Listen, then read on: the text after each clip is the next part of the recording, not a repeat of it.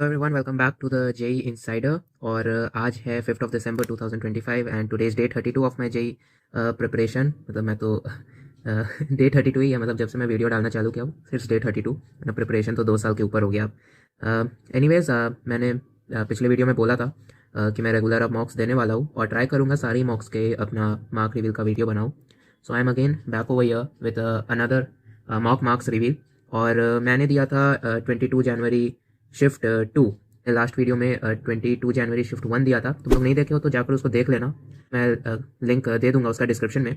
फिलहाल तो 22 जनवरी shift 2 paper moderate paper था और 186 पे 99 परसेंटाइल बनी है और हमको इससे थोड़ा ही ऊपर आया, ज़्यादा ऊपर आया नहीं, हमको इससे थोड़ा ऊपर आया। मेरी थोड़ी हालत ख़राब हो गई थी, फिर से फिज़िक्स में थोड़ी हालत ख़राब हुई और सरप्राइजिंगली टाइम भी मैंने फिज़िक्स में ज़्यादा दिया है। मतलब आई थिंक 65 मिनट्स मैंने मैथ्स में दिया और 68 मिनट्स कुछ फिजिक्स में, क्योंकि फिजिक्स के में 3 4 5 सवाल ऐसे थे जो मैं एंड के लिए छोड़ दिया था और मैं अंत में उनको फिर किया क्योंकि हमको याद नहीं आ रहा था। मैं दिखाऊंगा आप लोग को। कैन सी हो भैया, टुडे इज़ 5th और अभी शाम के 7 बज के पार हो चुके हैं। मैं टेस्ट देकर आया था इवनिंग शिफ्ट में।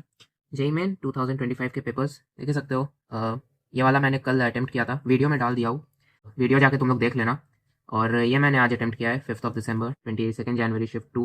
मैं दिखा दूँ तुम लोग को। वो मेरे आए हैं 198। मैंने 52 क्वेश्चन अटेम्प्ट किया है और 96% एक्यूरेसी के साथ 50 सही हुए और 2 इनकरेक्ट। तो टाइम वाइज देख सकते हो यहाँ पर टाइम। मैथ्स को 65 मिनट्स, फिजिक्स को 69 मिनट्स और केमिस्ट्री को 40। केमिस्ट्री तो हो जाता है 30-40 मिनट में ही हो जाता है केमिस्ट्री, बट फिजिक्स को ज़्यादा देना पड़ गया। मैं दिखाता हूँ तुम लोग को। मैथ्स में हमको आए हैं 40 और 100% एक्यूरेसी। मैंने 10 सवाल ही बनाए, हमसे जितना बना 1 घंटे में मैं उतना बनाया क्योंकि हमको मालूम था कि फिजिक्स हमसे बन सकता है, तो मैं फिजिक्स को समय दे देता हूँ। और तभी मेरे पास आई थिंक 10-20 मिनट बचे हुए थे, तो मैं फिजिक्स 10-20 मिनट में 4-5-6 जो सवाल मेरे छूटे हुए थे मैं उसको अटेम्प्ट करना प्रेफर किया। और सरप्राइजिंगली फिजिक्स में अच्छे नंबर आए हमको 87। एक गलत हो गया और वो बहुत सिली एरर है, बहुत सिली एरर, मैं दिखाऊंगा। और केमिस्ट्री में 71। तो ठीक है, मेरा जनरली ऐसा ही स्कोर रहता है। कभी फिजिक्स में 80 में चला गया और केमिस्ट्री में 70s में, तो केमिस्ट्री में 80 में चला गया तो फिजिक्स में 70s में। और मैथ्स में तो कांस्टेंट ही है, 40 से 50 के रेंज में आता है हमको मैथ्स में। बहुत ही मैथ्स का था। तो ये सवाल था, ईजी सवाल था। मैं तुम लोग को एक सवाल दिखाता हूँ। हाँ गाइज, ये सवाल देखो, ये यहाँ का 20 नंबर है। ये सवाल लिटरल मैं बहुत कष्ट करके बनाया हूँ। मैं दिखाता हूँ तुम लोग को। ये देखो, इसमें EX दिया हुआ था। अगर तुम लोग सवाल को पढ़ोगे, यहाँ पर EX दिया हुआ है और एक बेसिक प्रॉपर्टी बोलती है कि अगर EX है और अंदर FX और F' बैठा हुआ है और इसका इंटीग्रल है, तो वो EX इंटू FX होता है। तो ये प्रॉपर्टी ही हमको यहाँ पर क्लिक हुआ जब मैं पूरा मेहनत कर चुका था। ये देखो, फिर मैं पहले तो x साइन इनवर्स x को FX माना, तो ट्राई किया तो हुआ नहीं। फिर x sine inverse x by 1 by root over 1 minus x square को अगर मैं t मान लूँगा तो पूरा जो वैल्यू है, अगर मैं इस टर्म को FX मान लूँ तो यह पूरा F' बन जाएगा। आंसर तुरंत ही फिर वैल्यू डाल के ये आ जाएगा। तो इसमें उतना समय लगाना नहीं चाहिए था, बट हमसे और इंटीग्रल का सवाल ये हमको लगा कि EX दिया हुआ है तो बन जाना चाहिए, तो मैं इसको अटेम्प्ट किया। देख सकते हो, ये एक डिफरेंशियल मैंने अटेम्प्ट किया था। एक मैट्रिक्स था, system of linear equations, basic trigonometry, distance between lines. ये एक वेक्टर का सवाल था। एक अगेन इंटीग्रेशन था। तो इसमें ना तुम लोग अगर देखोगे तो इसमें नंबर ऑफ लोकल मैक्सिमम और मिनिमम दिखाता था। तो ऑब्वियस है कि तुम इसका डेरिवेटिव लोगे तो डेरिवेटिव तुम लोग को मालूम ही है, न्यूटन लिबनिज रूल लगेगा। तो यहाँ पर टी के जगह एक्स स्क्वायर बैठा दूंगा और फिर डिफ्रेंशिएट कर दूंगा तो 5 पॉइंट आते हैं। Wait let me show. हाँ भाई, यहाँ देखो, यहाँ पर अगर बैठाओगे तो अंत में जाके ये सब पॉइंट्स मिलेंगे तुमको, तो फिर इसके बेसिस पे आंसर आ जाएगा। तो ये एक सवाल था। तो मैथ्स में मैंने बस इतना ही सवाल अटेम्प्ट किया। फिर अटेम्प्ट किया था फिजिक्स। मैं फिजिक्स दिखाता हूँ तुम लोग को कि मैं कौन कौन सा क्वेश्चन में अटका हूँ। देखिए, तो बहुत बेसिक सवाल थे, मैं दिखाता हूँ। हाँ, एक ये सवाल था क्योंकि इसमें बोला था ना, gamma 1 for rigid molecules and gamma 2 for diatomic molecules but having vibrational nodes. अब हमको याद नहीं आ रहा था कि डिग्री ऑफ फ्रीडम नॉर्मल वाले के लिए तो 5 होता है डायटोमिक के लिए, लेकिन वाइब्रेशनल के लिए 6 होता है कि 7 होता है, वो हमको याद नहीं आ रहा था। तो मैं ये अंत में बनाया हूँ और मैं और दिखाता हूँ। ये वाला भी, मतलब इसका मैं दिखाता हूँ। ये मैं अंत में जाके ये अटेम्प्ट किया हूँ। ये सब सवाल, ये जितने भी इस पेज पर है सब अंत में अटेम्प्ट किया हूँ मैं, सब छोड़ दिया था। ये अटेम्प्ट किया तो मेरा फिर आंसर आ गया था mg/2। लेकिन पहले मेरा बहुत दिमाग ख़राब किया क्योंकि विस्कस फोर्स पूछा था, R और V में था। फिर मैं V का वैल्यू सब्सटीट्यूट किया, फिर आर क्यूब आया, तो आर क्यूब यहाँ पर क्वेश्चन में कहीं पर भी रेडियस दिया हुआ नहीं था, यहाँ डेंसिटी दिया हुआ था। तो फिर हमको क्लिक हुआ कि मास और डेंसिटी और वॉल्यूम लगाकर थोड़ा सा वैल्यू इक्वेट करता हूँ, तो mg/2 आ गया फिर मेरा। तो एक मैं ये क्वेश्चन छोड़ दिया था शुरू में ही, ईजी था।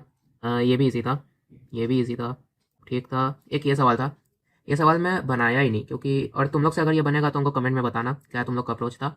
हमसे नहीं बना, हमको ये टफ लग रहा था। फिर एक ये सवाल में भी मैं बहुत दिमाग अपना ख़राब किया हूँ। मैं देखो अंत में ये सवाल बनाया हूँ मैं, अंत में।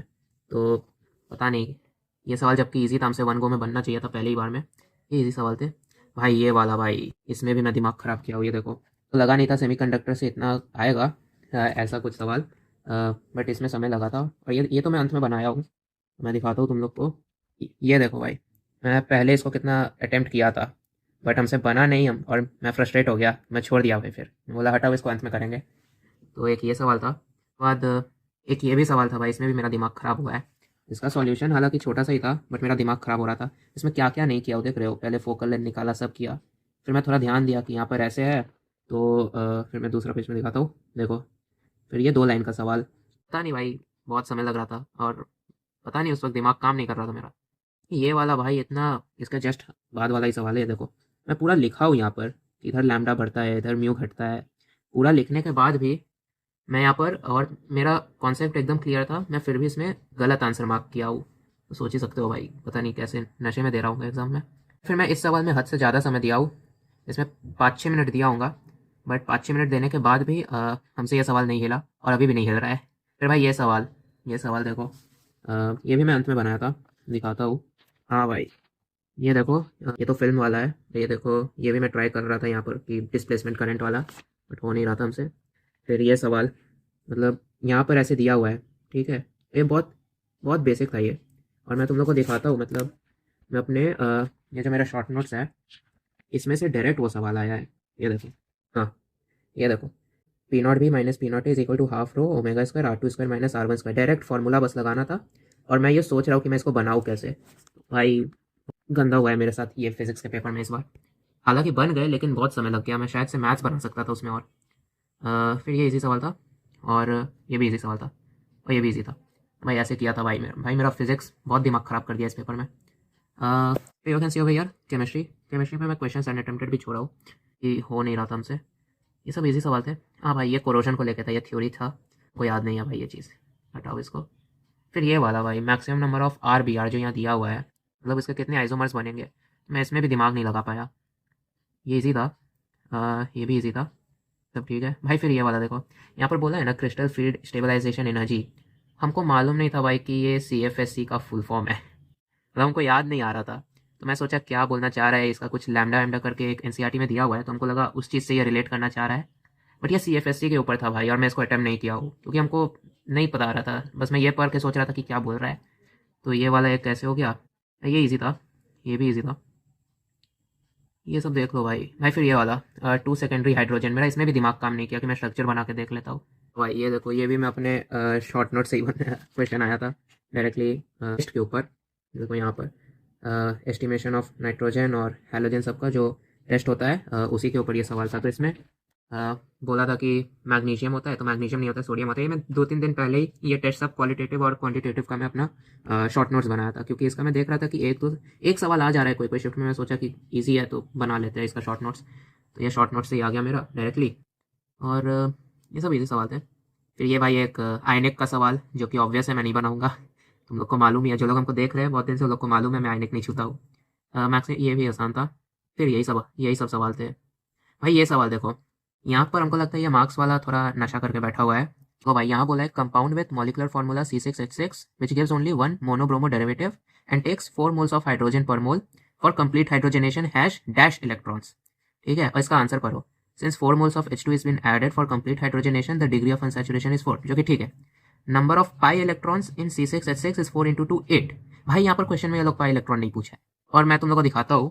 ये देखो भाई देखो भाई, मैं कितना मेहनत किया था इस सवाल में कि यहाँ पर पहले 4H2 है, डिग्री ऑफ अनसैचुरेशन 4 निकाला, 4 मोल है, तो पता चला ऐसे ऐसे है, तो ऐसे तो फिर मैं यहाँ काउंट किया भाई कि नंबर ऑफ इलेक्ट्रॉन्स कितने, तो मेरे आए 30। देख सकते हो भाई, मेरे खुले 30 आ रहे हैं भाई। ये लोग को क्वेश्चन बनाने नहीं आता है। मैं फिर भाई गूगल करके जब मैं अपना आंसर चेक कर रहा था, मैं गूगल किया भाई, गूगल में भी पाई इलेक्ट्रॉन ही पूछा है वो लोग। मतलब ये लोग यहाँ पर क्वेश्चन गड़बड़ डाला है भाई, क्या कुछ नहीं कर सकता हूँ मैं अब इस चीज़ में। मेरे दो ही गलत हुए हैं, एक इजी सवाल था टी ब्लॉक का, ये इजी था और ये भी इजी था, बस भाई हो गया, यही है। आप देख सकते हैं यहाँ पर 50 question answered, 2 question answered wrong, जिसमें से एक तो ये मार्क्स वाला नशा किया था इसलिए हो गया है, और 23 अनअटेम्प्टेड, 50 क्वेश्चन और बाकी सब। और जो मेरे बाकी वीडियोस जाके नहीं देखे भाई जाके देख लो, मैं बहुत सारे टिप्स एंड ट्रिक्स भी दिया हूँ अपने और भी पहले के वीडियोस में, और फिलहाल तो यही चल रहा है। तो नेक्स्ट पेपर पता नहीं मैं कल अटेम्प्ट कर पाऊंगा कि नहीं, कि मैं डायरेक्टली परसों अटेम्प्ट करूंगा, क्योंकि मेरा एक AITS का पेपर है, और तुम लोग में से बहुत लोग कंसर्न दिखा रहे थे कि भाई सिर्फ PYQs मत करो, कोई टेस्ट सीरीज भी करो। तो मैं बोलता हूँ कि भाई मैं PYQs के अलावा भी मेरे कोचिंग में भी टेस्ट होते हैं AITS, जैसे मैं बोला हूँ, पहले भी बोल चुका हूँ। तो बाकी मैं AITS सब देता हूँ, और मैं अपने माइलस्टोन टेस्ट भी देता हूँ जो PW करवाता है। तो मैं न्यू क्वेश्चन से भी अवेयर हूँ। और बाकी तुम कोई भी अगर जो जे दे चुका है, उससे पूछोगे तो वो भी बोलेगा कि PYQs मेंस के लिए तो इनफ होते ही है, और कर लोगे आई थिंक 20-30 मॉक दे दोगे भाई, तो पहला अटेम्प्ट के लिए आई थिंक इनफ रहेगा ही। बस वही है भाई, और इस वीडियो के लिए इतना ही।